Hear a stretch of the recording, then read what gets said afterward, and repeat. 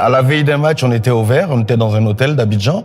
On est parti dans un petit village pas loin de la lagune, au bord de la lagune, et on est tombé sur un sorcier, un féticheur, qui faisait des incantations au bord de l'eau, et l'eau s'est mise à bouillir.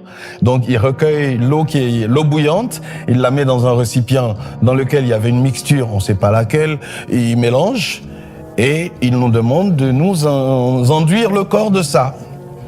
Et on le fait tous. Et moi encore plus parce que j'étais le capitaine de l'équipe. Et il nous dit, vous allez gagner le match à condition que jusqu'après le match, aucun d'entre vous ne se soit lavé au savon. Et là, je lui dis, ok. Mais quand on rentre à l'hôtel, c'était pendant la nuit, avec la climatisation des chambres d'hôtel, ça allait bien.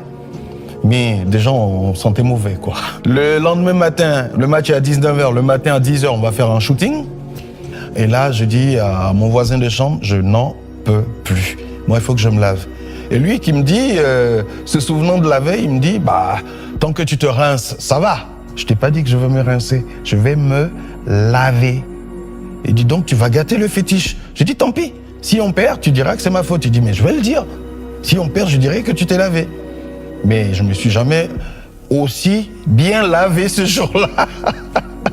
Et donc, je me sentais beaucoup mieux. On arrive au match, on gagne le match, on revient à l'hôtel. Et un des anciens de l'équipe qui nous avait justement conduit vers ce féticheur-là, je vais le voir, je dis, hey, tu sais, ton truc là, c'est du pipeau. Parce que moi, ce matin, à 10h, je me suis lavé, mais comme jamais.